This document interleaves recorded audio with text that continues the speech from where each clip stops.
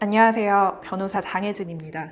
형사사건에 연루되어 경찰 조사를 받고 모든 혐의를 인정하기로 결정하셨나요? 많은 분들이 자백하면 선처받겠지라고 막연하게 생각하십니다. 하지만 현실은 다릅니다. 자백은 선처를 받기 위한 출발점일 뿐 결코 종착역이 아닙니다. 오늘은 혐의를 모두 인정하는 상황에서 어떻게 해야 처벌 수위를 낮추고 최대한의 선처를 받을 수 있는지 그 핵심 비결인 양형자료 준비 방법에 대해 알려드리겠습니다. 오늘 영상을 끝까지 보시면 막막했던 상황에서 무엇을 어떻게 준비해야 할지 명확한 그림을 그리실 수 있을 겁니다. 양형자료 왜 중요할까요? 재판부는 단순히 죄명만 보고 형을 결정하지 않습니다. 형법 제51조는 형을 정할 때 나이, 성격, 환경, 범행 동기와 결과, 그리고 범행 후의 정황 등 여러 사정을 반드시 참작하도록 규정하고 있습니다. 여기서 말하는 범행 후의 정황을 재판부가 납득할 수 있게 보여주는 자료가 바로 양형자료입니다. 내가 얼마나 진심으로 반성하고 있는지, 피해 회복을 위해 어떤 노력을 했는지, 다시는 같은 잘못을 반복하지 않기 위해 무엇을 바꾸고 있는지를 말이 아니라 자료로 증명하는 과정입니다. 피해자에게 용서를 구하고 범행으로 인해 발생한 피해자의 손해가 실제로 회복되었다면 그건 양형에서 가장 결정적인 요소로 작용합니다. 이 경우 합의서를 제출하게 되는데요. 피해자와 원만히 합의하였고 피해자가 처벌을 원하지 않는다라는 취지의 문구를 포함하는 것이 좋습니다. 변호사님, 피해자와 합의하면 처벌을 안 받는 건가요? 사건에 따라서 다릅니다. 친고죄나 반의사 불벌죄는 피해자가 처벌을 원하지 않는다는 의사를 밝히면 절차가 종료될 수 있습니다. 하지만 대부분의 형사사건, 특히 성범죄나 사기, 음주운전 등은 피해자와 합의를 하더라도 국가의 처벌권이 그대로 유지됩니다. 다만 피해자가 용서했고 처벌을 원하지 않는다는 사정은 양형에 크게 참작됩니다. 정리하면 합의는 처벌을 면제받는 조건이 아니라 처벌 수위를 낮추기 위한 매우 중요한 감형 요소로 작용하는 것입니다. 그러면 합의가 안 될 것 같으면 시도도 안 하는 게 좋나요? 네, 아닙니다. 많은 분들이 피해자가 완강해서 합의가 어차피 안 될 텐데 괜히 헛수고하는 거 아닌가 라며 합의 시도조차 지레 포기하시곤 합니다. 하지만 이는 매우 위험한 생각입니다. 합의 시도 자체가 피해 회복을 위한 노력의 일환으로 평가되기 때문입니다. 설령 합의에 이르지 못하더라도 피해자에게 진심으로 사과했고 적절한 금액을 제시했고 합의를 위해 성실히 노력했다는 과정 자체가 재판부에게 긍정적인 인상을 줄 수 있습니다. 반대로 아무런 시도도 하지 않으면 재판부는 피해 회복 의지가 없다라고 판단할 가능성이 높고 그건 양형에서 분명히 불리하게 작용합니다. 다만 성범죄처럼 접촉 자체가 문제될 수 있는 사건은 섣불리 연락했다가 2차 가해로 해석되는 순간 합의 시도가 오히려 독이 될 수 있습니다.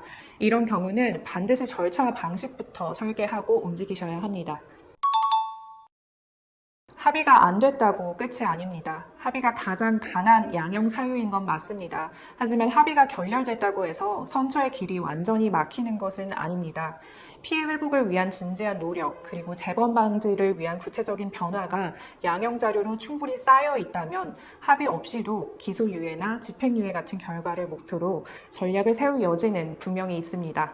그렇다면 어떤 양형 자료를 어떻게 준비해야 할까요? 이제부터는 가장 중요한 3가지를 중심으로 실제로 어떻게 쓰고 무엇을 조심해야 하는지 말씀드리겠습니다. 첫째, 반성문. 반성문은 양형 자료 중 가장 기본이자 핵심입니다. 그런데 많은 분들이 반성문을 잘못했습니다 라고 쓰는 종이 한 장 정도로 생각하십니다. 솔직히 말씀드리면 그런 반성문으로는 수백 수천 장의 서류를 읽는 재판부의 판단을 움직이기 어렵습니다. 인터넷 보면은 반성문 샘플이 많던데 그대로 써도 되는 건가요? 권하지 않습니다. 인터넷 문구를 그대로 베끼거나 변명으로 일관하는 반성문은 오히려 반성이 없다라는 인상을 줄 수 있습니다. 내용이 진짠가? 본인이 쓴 게 맞나? 라는 의심이 드는 순간 반성문은 도움보다 손해가 될 수 있습니다. 실제로 형사사건에서 피고인이 여러 차례 반성문을 제출했음에도 서로 다른 반성문에 동일한 문단이 반복된다는 점을 지적하면서 스스로 작성했는지 의심이 드는 사정이 있다라고 판단한 판례가 있습니다. 재판부는 반성문을 정말 많이 봅니다. 보면 압니다. 본인이 썼는지 누가 써준 건지. 진정성 있게 나만의 문장으로 반성문을 작성하시는 것이 좋습니다. 그럼 반성문에 꼭 들어가면 좋은 내용이 뭐가 있을까요? 진지한 반성을 보여주기 위해서 반성문에는 4가지 내용이 반드시 포함되는 것이 좋습니다. 첫째, 내가 무엇을 왜 잘못했는지에 대한 구체적인 성찰. 단순히 제가 어리석었습니다가 아니라 범행 당시 어떤 생각과 상황 때문에 그런 잘못된 판단을 내렸는지 솔직하게 돌아보는 과정이 필요합니다. 둘째, 피해자에 대한 미안함과 죄책감. 나의 행동으로 인해 피해자가 겪었을 고통을 구체적으로 언급하면서 진심으로 사죄하는 마음을 표현해야 합니다. 셋째, 현재 상황을 어떻게 받아들이고 있는지, 수사와 재판을 받으면서 무엇을 깨달았고 얼마나 깊이 후회하고 있는지를 보여주어야 합니다. 넷째, 다시는 재범하지 않기 위한 구체적인 미래 계획. 다시는 안 하겠습니다 라는 말은 누구나 씁니다. 중요한 건 실행 계획입니다.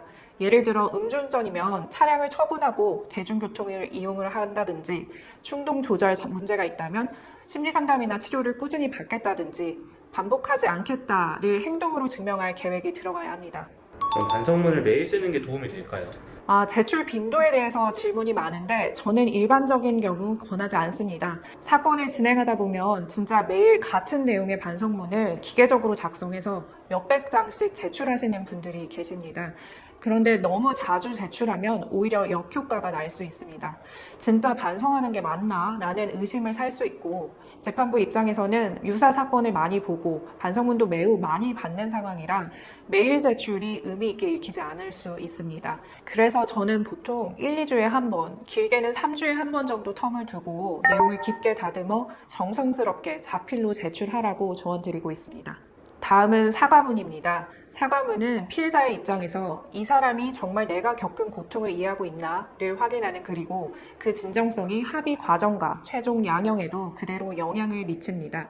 진정성 있는 사과문의 핵심은 3가지입니다. 변명 없는 온전한 사과, 구체적인 피해 회복 약속, 재범 방지 다짐입니다. 만약 상처받으셨다면 그럴 의도는 아니었습니다만과 같은 문장은 사과가 아니라 회피로 읽힙니다. 내 잘못을 분명히 인정하고 그로 인해 피해자가 겪었을 고통을 구체적으로 언급하며 사죄해야 합니다. 단순히 보상하겠다가 아니라 어떤 방식으로 회복할지 구체적으로 써야 하고, 다시는 안 하겠습니다에서 그치지 말고 무엇을 바꾸고 있는지까지 담아야 합니다. 다음으로 탄원서가 있습니다. 탄원서는 가족, 직장 동료, 친구 등 주변 사람들이 피고인의 선처를 호소하는 문서입니다. 핵심은 불쌍하다가 아니라 이 사람이 사회 안에서 다시 무너지지 않을 구조가 있는가입니다. 평소 성실한 모습은 구체적인 일화로 보여야 하고, 앞으로 어떻게 감독하고 도울 것인지도 담겨야 합니다. 탄원서는 봐달라가 아니라 다시는 반복되지 않게 이렇게 책임지겠습니다 라는 것을 보여주는 문서입니다. 반성문, 사과문, 탄원서가 기본이라면 그 다음은 재범을 막기 위해 실제로 무엇을 하고 있나를 객관적인 자료로 쌓는 단계가 필요합니다. 재범 방지 의지를 더 강하게 보여주는 데 도움이 되는 자료들을 말씀드리겠습니다. 첫째, 교육 이수증 혹은 소감문. 음주운전이면 음주운전 예방교육, 성범죄면 성범죄 예방교육처럼 사건 유형에 맞는 교육을 이수하시고, 단순히 수료증만 내지 말고 소감문을 함께 내는 게 좋습니다. 소감문에는 교육에서 무엇을 깨달았는지, 내 사건과 어떤 점이 연결되는지, 앞으로 무엇을 바꾸겠다는지가 들어가야 합니다. 교육을 들었습니다가 아니라 변화의 근거가 되도록 쓰셔야 합니다. 둘째, 정신과 진단서나 치료 확인서. 범행의 원인이 충동 조절 문제나 중독, 불안, 우울 등 심리적인 요인과 연결되어 있다면 그 부분을 외면하지 말고 치료를 시작했다는 사실을 자료로 남기는 게 중요합니다. 여기서 핵심은 핑계가 아니라 문제를 인정했고 전문적인 치료를 받고 있고 재발 위험을 낮추기 위해 관리 중이라는 점을 보여주어야 합니다. 가능하다면 진단서뿐만 아니라 치료 확인서, 상담 치료 경과 기록까지 같이 준비하면 더욱 설득력이 있죠. 정리하면 추가 양형 자료는 많이 내는 것이 목적이 아닙니다. 재판부가 재범 위험이 낮아졌다고 판단할 수 있게 변화가 확인되는 자료로 정확히 골라 제출하는 게 핵심입니다. 실제 사건을 진행하면서 오늘 설명해 주신 이런 양형 자료들이 결정적인 역할을 해서 좋은 결과를 이끌었던 경험이 있으신가요? 네, 가장 최근에 마무리된 사건 하나를 말씀드리겠습니다. 음주운전 3회째 적발, 이른바 음주 산진이라 실형 가능성이 매우 높았던 사건이었습니다. 이 사건의 핵심은 단순히 다시는 안 하겠습니다가 아니라 재판부가 의심할 여지 없이 정말 다시는 못하겠구나 라고 판단할 수 있는 객관적 근거를 만드는 것이었습니다.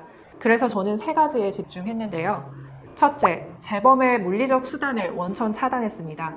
사건 직후 의뢰인이 운전하던 차량을 바로 매각하도록 했습니다. 그리고 차량 매각 증명서를 법원에 제출했죠. 이는 다시는 음주운전을 할 수 있는 환경 자체를 없앴다라는 가장 강력하고 명백한 증거가 되었습니다. 둘째, 범행의 근본 원인을 찾아 해결하는 과정을 자료로 제출하였습니다. 의뢰인의 음주 습관이 심리적인 불안감에서 비롯된 것을 파악하고 저와 연계되어 있는 심리상담 센터에서 꾸준히 상담을 받도록 조치했습니다. 의뢰인이 성실하게 상담받으면서 작성한 심리상담 일지와 상담사의 전문적인 소견서를 함께 제출했습니다. 이를 통해 지금 이 사람이 자신의 문제를 해결하기 위해서 이렇게까지 노력하고 있다라는 진정성을 입증했습니다.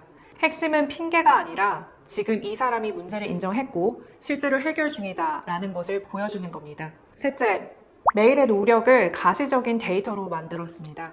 의뢰인은 매일 금주 일지를 작성했습니다. 단순히 술을 안 마셨다 해서 그치는 것이 아니라 음주 충동이 들었던 순간과 그때마다 어떻게 대처했는지를 구체적으로 기록했습니다. 이 일지를 재판부에 제출해서 하루하루의 노력이 모여 재범 위험성이 현저히 낮아졌음을 증명했습니다. 결과적으로 이렇게 체계적으로 준비한 양형 자료 덕분에 의뢰인은 실형을 피하고 집행유예로 사회에 복귀할 수 있었습니다. 이처럼 양형 자료는 많이 내는 것보다 사건의 핵심을 꿰뚫고 재판부를 설득할 수 있도록 제대로 설계하는 것이 중요합니다. 오늘 말씀드린 내용을 정리하겠습니다. 혐의를 인정하셨다면 선처는 막연한 기대가 아니라 자료와 행동으로 설득하는 전략에서 결정됩니다. 첫째, 진심이 담긴 반성문으로 책임 인식과 성찰을 분명히 보여주십시오. 둘째, 피해회복 노력을 끝까지 하셔야 됩니다. 셋째, 탄원서와 교육, 치료, 기록 같은 객관적인 자료로 재범 가능성이 낮아졌다는 점을 증명하셔야 합니다. 형사 절차는 누구에게나 두렵고 길고 지칩니다. 하지만 이미 벌어진 일이라면 그 다음은 어떻게 수습하느냐가 남습니다. 오늘 영상에서 말씀드린 방향대로 차근차근 준비하시면 재판부가 판단할 수 있는 형태로 여러분의 태도와 변화가 정리될 것입니다. 사건마다 핵심이 다르고 준비해야 할 자료도 달라집니다. 상담 신청해 주시면 현재 단계에서 무엇부터 준비해야 하는지 우선순위를 잡아 구체적으로 도와드리겠습니다. 감사합니다.